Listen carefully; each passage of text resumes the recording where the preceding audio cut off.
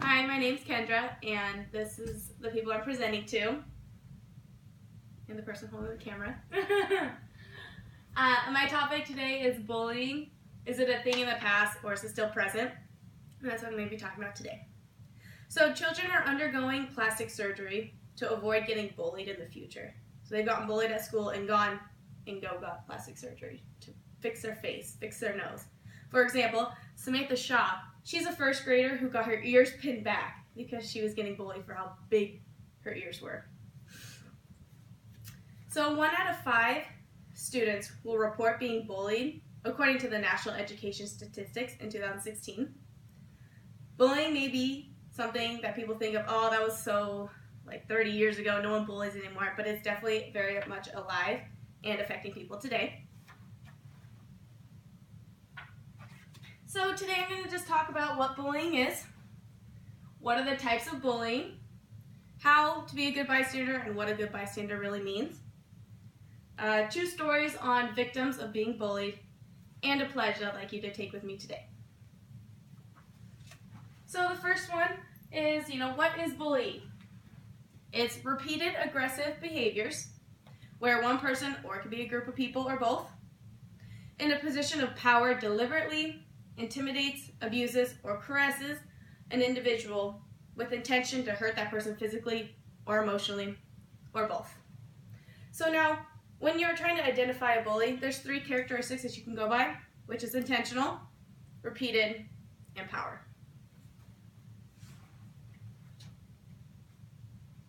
So now we're going to talk about the different types of bullying. So there's the physical, which is you're laying your hands on the person. You're laying hands on the victim. You're punching them, you're kicking them, you're pushing them over. Those are all considered physical bullying. Now there's verbal, which is name calling, using your words to hurt someone. And all those are considered to be verbal bullying. Then there's relational bullying. And I'm not talking about like you being in a relationship with a boy or you being in a relationship with a girl. Not talking about that. I'm talking about excluding them from like your group of friends. Name calling, rumors, and then spreading those rumors. Those are considered to be rational bullying. Then there's the cyberbullying, the number 1 type of bullying today, and that's considered just sending messages over social media, text messages, emails, anything online. So these can be happening simultaneously or separately, but it is definitely can be preventable by being a good bystander. Now, a bystander is literally what it says. You're being around the situation that something's happening. You may not be directly involved, but you're just walking around and someone's getting bullied. You may not know that person, but that is what you are. You're a bystander. Now, to be a good, productive bystander, there's 2 ways. You can directly intervene, or you can get help. Now, directly intervening, you want to make sure your safety is first. Obviously, if someone's throwing fist fights, you probably shouldn't go in and separate them. At that point, if they are much bigger than you are, it's okay to get help. Get someone who is in a higher power than you, or someone who can actually do something about it. But a way to directly intervene can be if you're just walking by and someone's kind of like flicking someone's ear or talking them down. Just like, hey, we're just trying to study, trying to do our thing. Can you move on? Very simple things to do. Now with being a good bystander, it doesn't just have to be for bullying. It can be in everyday life, such as student athletes at UAA go through bystander training, which consists of basically college students, mostly women, getting drunk at parties, going home with men, and can't give consent. So we go through a bystander training of how to prevent those. So I will talk about 2 stories about bullying and then describe how a good bystander could have done something to help that person. So the first one is Naomi. She's 14 years old. She lives in Anchorage, Alaska. So Naomi was kind of an outcast. She didn't have much friends, but she was actually invited to a slumber party by a bunch of girls who were pretty popular, so she was really excited to go. Obviously, her mother said yes because her daughter was like, I finally get invited to things, it's so great. And now, Naomi went over to the house of Diane Kriegers. She's the mother of the child that invited her. And what's scary is that mother provided alcohol to 14-year-olds at a slumber party. And this is like a group of like 10 girls, supposedly. Now Naomi walks in to the garage where they're all hanging out, and probably within, I think they said about 3 minutes, they started beating her up. They ganged on her. They pulled her hair, they kicked on her, they stomped on her, they spat on her for 10 minutes. This lasted 10 minutes, and no one said anything. No one let her go. They were even blocking the door so she couldn't leave if she was free, but she never was because she just kept getting hit. So what makes this worse is that the girls recorded it and they posted it online, thinking that they're cool and that they're like, oh, we're so tough. Look, we're beating up this innocent girl. They also stripped her and took nude pictures of her and sent them out to people of their friends on social media. And all that came back to Naomi, and it made her self-conscious and obviously is very affected and a victim of bullying. Now, being a good bystander in this situation could have been very easy. First of all, the girls could not have done it. Problem first. Second, someone could have been like halfway through or at any point been like, we need to stop. Like, this isn't okay, we should stop. Like, give her enough, like, she's been through enough, like, whatever, let her go.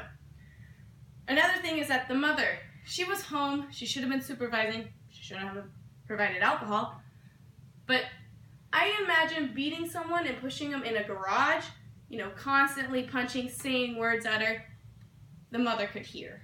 And the fact that the mother didn't come out and do anything is very disappointing, and that is not being a good bystander, let alone a productive parent. So, those are ways that someone could have stopped this from happening. You know, just, you don't have to be rude to people. Being bullying is not cool. Those types of things. But Naomi was fortunate because she is alive. She is homeschooled, but Megan Meyer, age 13, she hung herself because of bullying. So, here's a story about it. Megan got a request on MySpace from Josh Evans, a boy who she thought was super cute, very much attractive, and wanted to accept it. But Tina, which is Megan's mom, she controlled her MySpace account. She only had the password. Megan didn't have the password. She was very much all over her MySpace account. So, of course, Megan had to ask Tina. Tina said yes because Megan was so excited about it. And Megan ended a friendship not too long ago with a girl that they've been on and off. And so she was kind of feeling down about that. So Tina allowed it. So 6 weeks, Megan and Josh was connecting over internet. Very long time. You know, Megan would come home from school, jump on MySpace. All they would do is talk. Megan was very excited that a boy was actually interested in her. Tina, the mom, says that Megan has had some overweight issues and some depression, and so this really, you know, she saw a sparkle in her daughter's eyes. So one day Megan came home from school, and Tina had to leave the house, but Megan was like, hey, can I get on MySpace real quick before you leave? She's like, sure. So Tina logs in, and before Tina could get out, let alone to the door, she could tell that Megan was very, very much upset. So Megan was like, hey, Mom, can you come read this? And basically, Josh sent a message saying, I don't want to be friends with you anymore. You don't treat your friends very well. So Megan is very flabbergasted and responds with, what are you talking about? Like, I don't understand. Who have you been talking to? Josh never responded. So Tina was about to leave the house, and Megan wouldn't log off. She said, hey, Megan, you need to log off MySpace now. She's like, okay, Mom, I will. So Tina calls her a little bit later while Tina's out, and Megan is still on MySpace. And at this point, Tina's getting kind of mad. It's like, you need to listen to me, and you need to log off now. Because I think Tina knows that online, you know, messaging can get kind of out of hand, especially with teenagers. Tina gets home to find Megan, still on MySpace, responding to people using very vulgar language, because all of a sudden, people started saying very nasty things about her, saying that she was a slut, saying that she was fat, no one wanted to be her friend, no one would want her ever in life, those types of things, and Megan was retaliating. So Tina yells at Megan and was like, I'm very mad at you right now. You need to go up to your room. Like, I'm done with you today. Like, you have pushed me over my limits. You didn't listen to me the first time, the second time, and not even the third time. So as Megan leaves the room, she has one last thing to say to her mother, which was, you're my mom.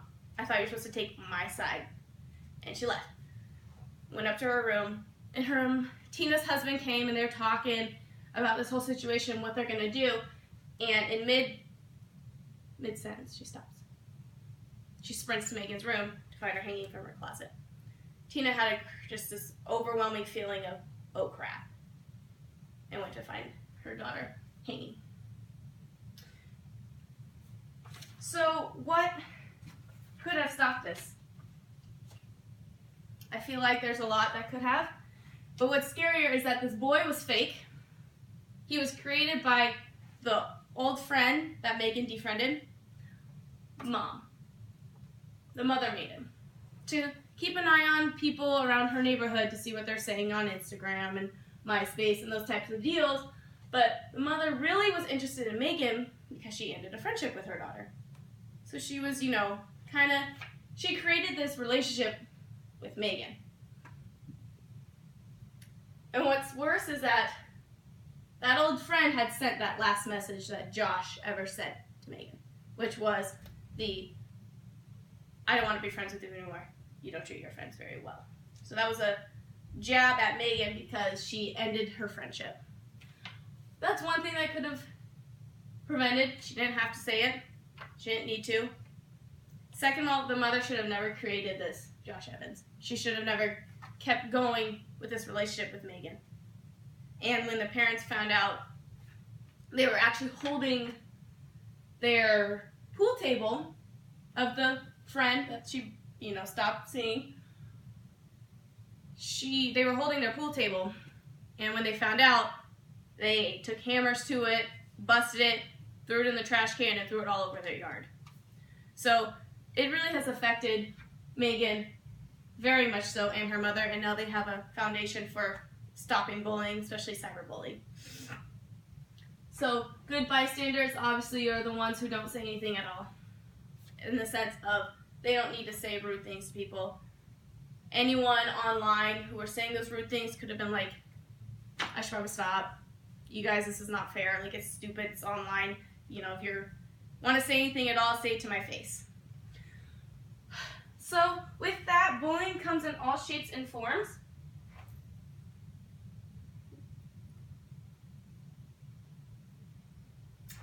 And words can be just as harmful as actions. So I would like you to take the pledge with me today to stop bullying. I pledge to be a good bystander when bullying is present. I will stand up for those who are silent, and I will use my voice to stop bullying. Now in closing, I'd like to end with a fact. In Alaska, cyberbullying is a second-degree harassment. It's a new charge. And let's use this to protect the people of Alaska. Thank you. Woo!